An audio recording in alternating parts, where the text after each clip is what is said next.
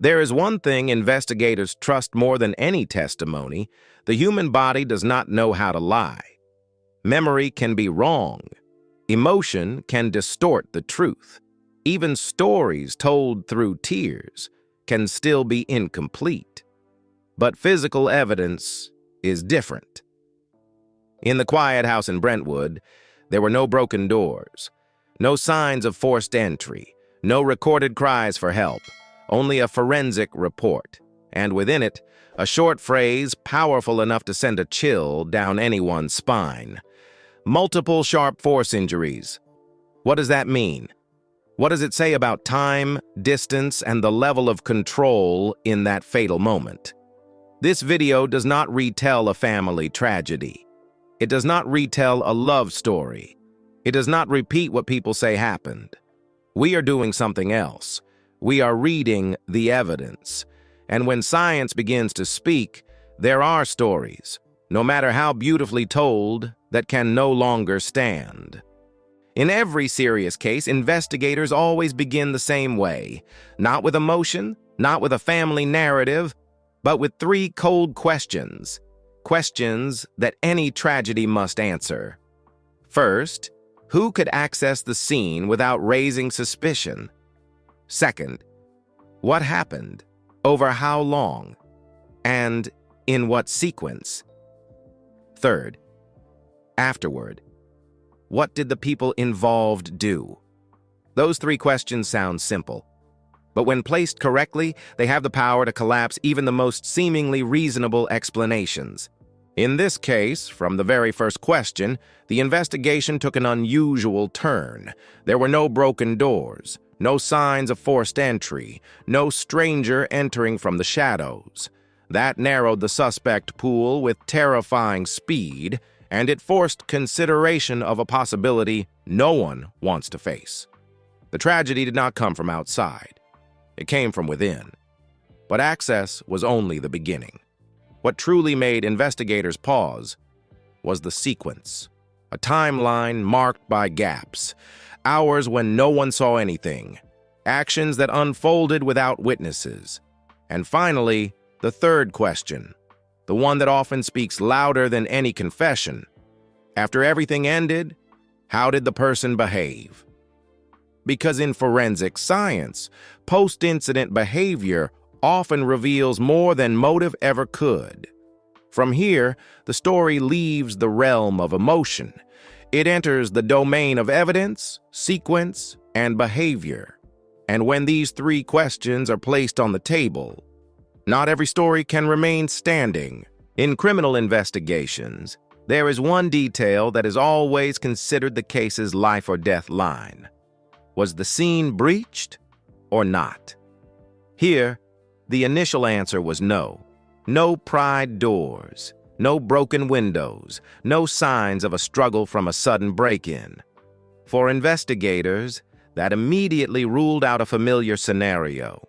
A stranger forcing their way in during the night. When the door is not broken, only two possibilities remain, and both are far more disturbing. Either the person had a key, or the door was opened for them. In forensic science, this is called inside access. Access from within. Cases with this characteristic are often quiet, undramatic. They leave no trace of intrusion, because the danger does not come from the darkness outside. It comes from familiarity. Someone considered non-threatening. A presence that raises no alarm. Footsteps that are not seen as a danger until everything has already crossed the line. And it is precisely that familiarity that makes the investigation harder, because when there are no signs of force, the question is no longer who broke in, but who had the right to be there, and for how long. Access is not just about opening a door, it is about not being stopped, not being seen as dangerous, not being questioned. In many of the most serious cases, the perpetrator does not need to break in. They walk in on trust, and when tragedy unfolds in that context, What haunts is not the final act, but the fact that there was never a moment beforehand large enough to stop it. From here, the investigation no longer looks outward from the house. It turns inward, examining the very space once believed to be the safest. And then the next question grows even colder. If that person was already inside, how long did everything unfold, and in what sequence? In criminal investigation, time is not just a number. It is evidence. Not simply what happened, but what happened before, during, and after, and most critically, what no one witnessed. Lay out the recorded time markers in the cold order of data. After the Christmas gathering. The family leaves a crowded space where eyes were present and returns to a private home, a place without witnesses. Early morning hours. Investigators believe the incident may have occurred during this window.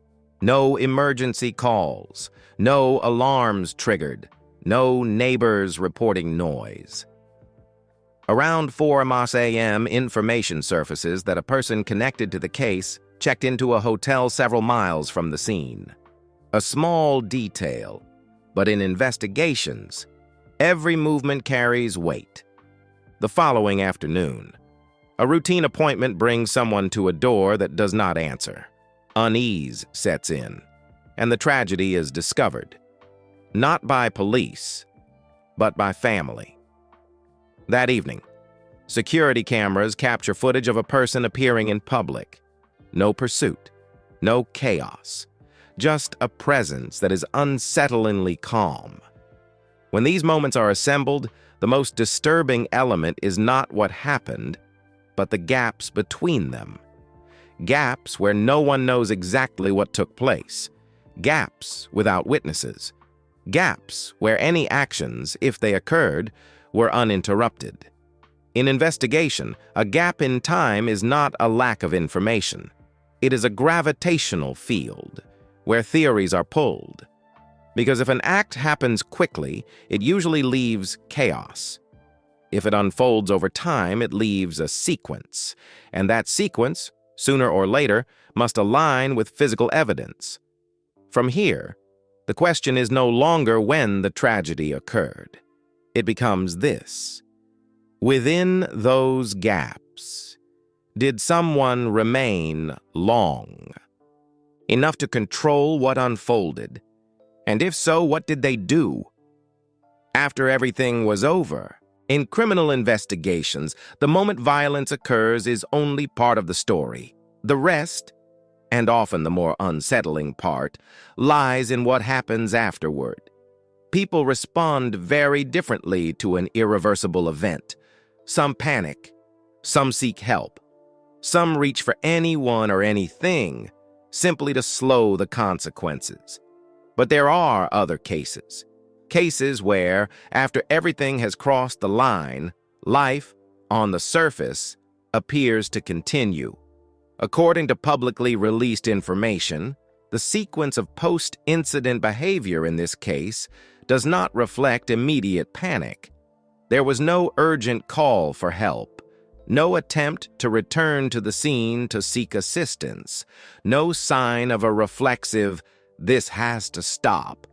Instead, there was an ordered sequence of actions, movement, appearances in other locations, and later, recorded images of a calm presence in public, unhurried, undisturbed, not out of step with the world around them.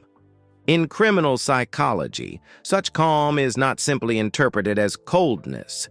It may indicate profound shock. It may reflect emotional dissociation. It may be a self-protective mechanism, where the mind disconnects from reality in order not to collapse. But for investigators, these possibilities do not make the questions disappear.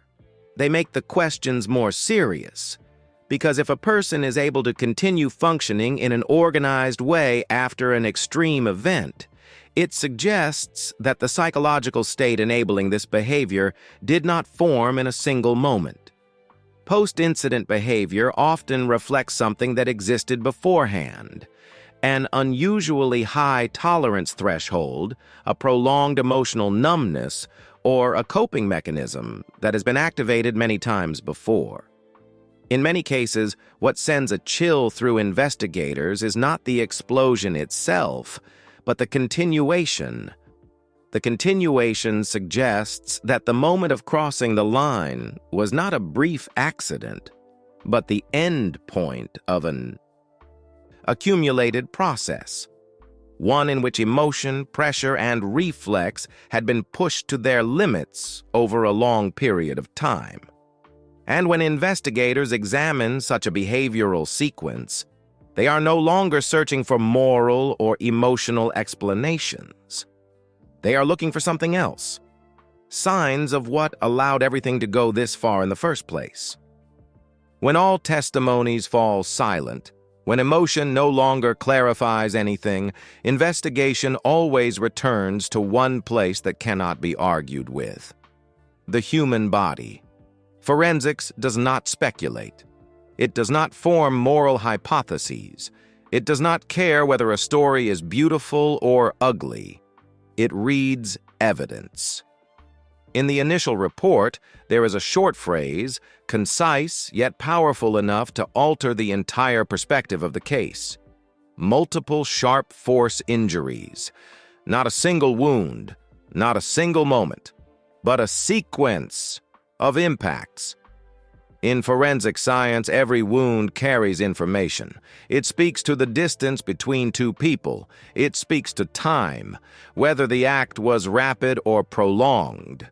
And it speaks to the level of control present in that moment. Sharp force injuries are generally divided into two main categories: stab wounds and incised wounds.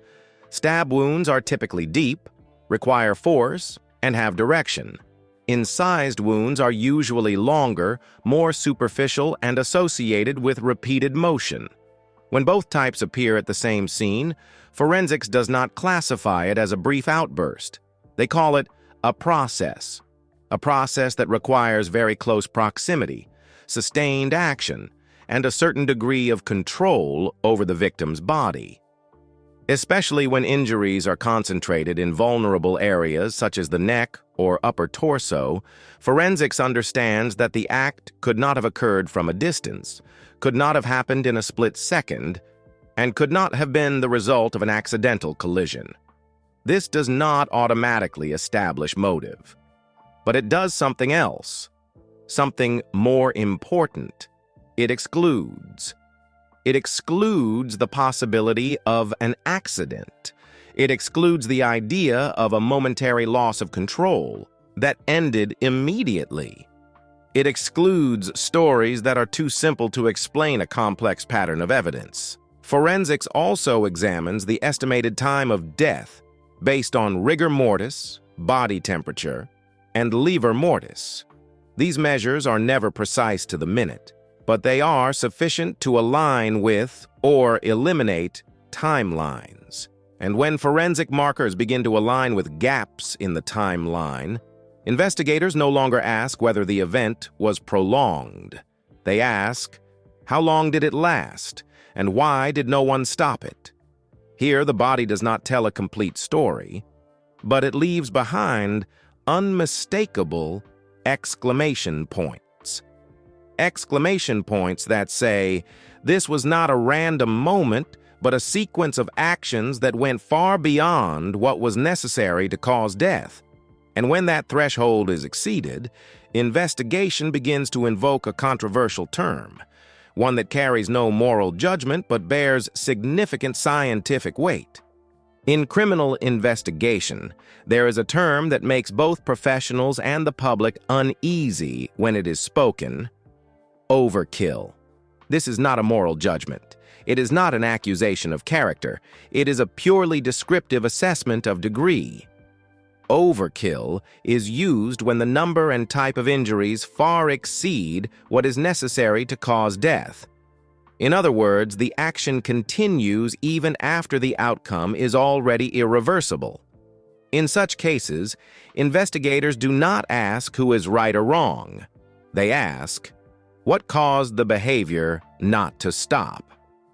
From a behavioral perspective, overkill typically points to two analytical directions, not to conclude, but to locate the problem.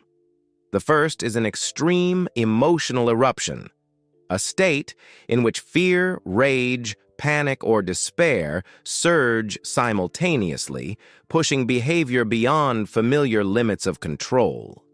In that state, a person no longer responds toward a goal, but toward impulse.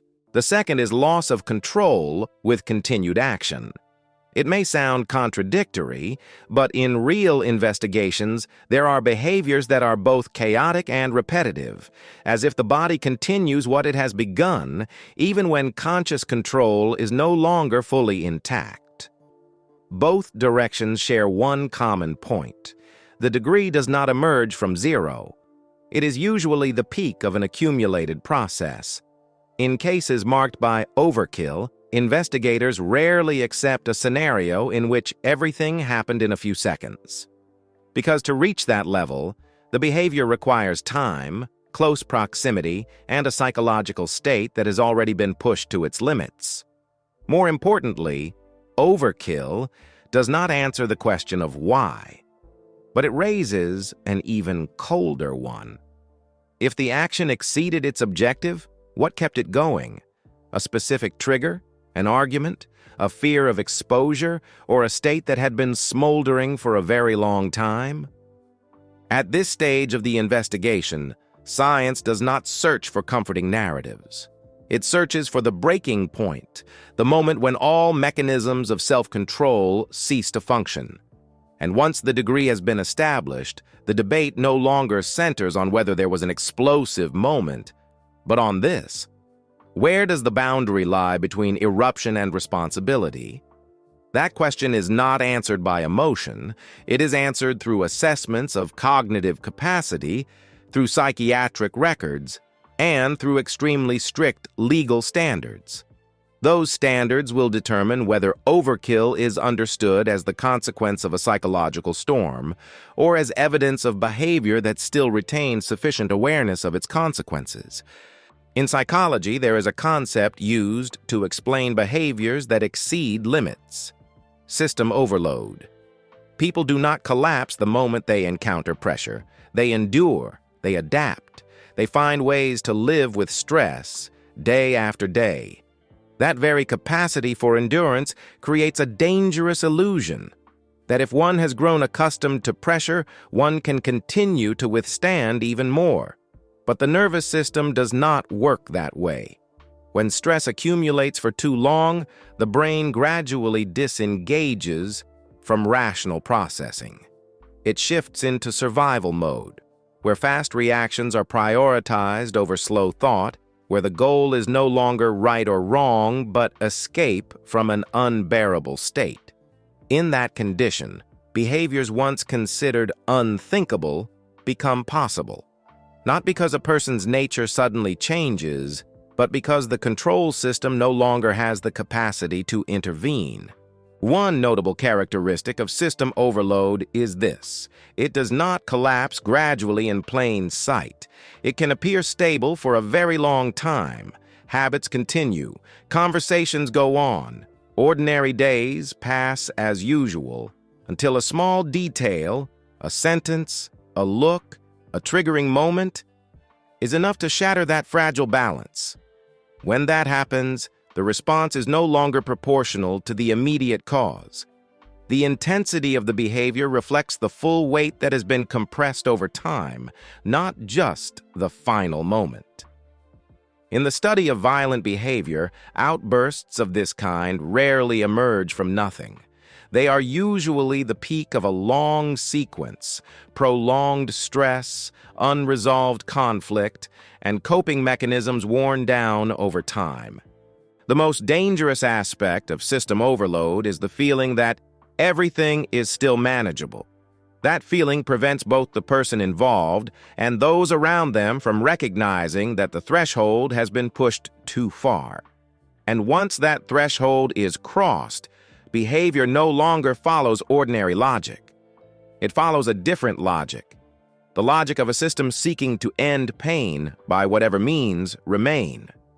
Here, psychology does not offer excuses, nor does it pass judgment. It clarifies one thing only. Extreme behaviors rarely begin in the final moment, but in a process that no one managed to stop in time. Once the investigation completes the phase of reading the evidence, the case enters a different domain, the domain of law. Here, emotion is no longer the measure, goodwill is no longer an argument, and a family tragedy, no matter how painful, does not automatically become a justification. In criminal proceedings, there are three concepts that are often confused, yet are sharply distinguished. First, mental illness. Second, cognitive capacity at the time of the act. Third, criminal responsibility. A person may suffer from a mental disorder, but that does not automatically mean they bear no responsibility. What the court must determine is not whether the person was suffering, but whether at the time the act occurred, they understood what they were doing and the consequences of it. For that reason, legal debates often revolve around very specific questions. Could the person distinguish right from wrong? Did they retain a minimal capacity to control their behavior? And what do their decisions after the event reveal about their level of awareness? Factors such as behavioral sequence, continuation, and post-incident actions become legal data, not to speculate about emotions, but to assess capacity for responsibility. At this point, science and law meet, but they do not merge. Forensics and psychology can describe what happened and how behavior unfolded. The law determines what those descriptions mean within the framework of accountability. That is why the fiercest debate in cases like this does not center on who deserves more sympathy. It lies at the fragile boundary between understanding in order to explain and understanding in order to excuse. That boundary is not drawn by compassion. It is drawn by evidentiary standards, by expert evaluations, and by the principle that a society governed by law cannot function if deadly consequences are explained without being answered by responsibility. At this stage, the case is no longer the story of one family. It becomes a test of the justice system itself, whether we can confront complex psychological realities while still preserving the boundary of accountability. The answer does not lie in public emotion. It will be found in the records, in independent assessments, and ultimately, in the court's verdict. When the files are put away, when the debates subside, what remains is not a complete story. It is evidence, doors that were never forced, gaps in time with no witnesses, sequences of behavior that continued, and forensic terms that need no elaborate explanation. In criminal investigation, truth rarely appears as a declaration. It appears as a collection of facts that cannot be denied. This video does not seek to deliver a verdict. That belongs to the court. Nor does it seek emotional agreement. What it does is place the pieces where they belong, so that when we look at them, we no longer confuse the story that is told with what the body left behind. There are tragedies that require no further hypotheses. They require clarity. And if you have stayed until this point, ask yourself one final question. When words fall silent, what do you trust more? What people say happened, or what science forces us to confront? If you wish to continue following analyses that place evidence, forensics, and behavior ahead of emotion, you can stay with this channel. Not to deliver conclusions for anyone else, but to better understand how the boundary between hypothesis and truth is drawn.